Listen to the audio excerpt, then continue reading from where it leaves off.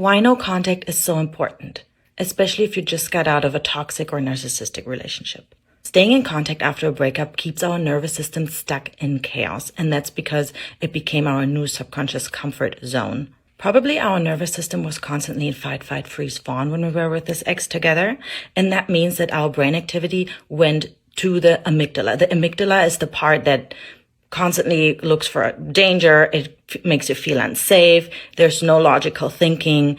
And that's when there's no emotional clarity. You can't make good decisions. And this is why no contact is so important for a long period of time.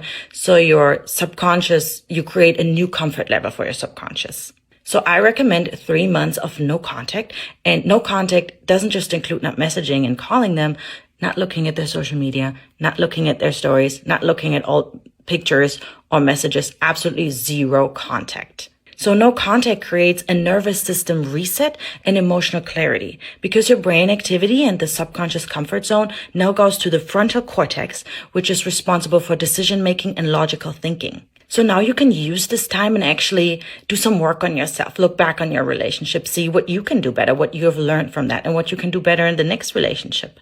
Also look at how you can spend that time that you have now without that ex and without constantly worrying about them or constantly people pleasing them, and spend that on yourself. Also look at what needs that they meet and try to meet the needs on your own, because that will fill up your bucket if you kind of feel empty after the breakup.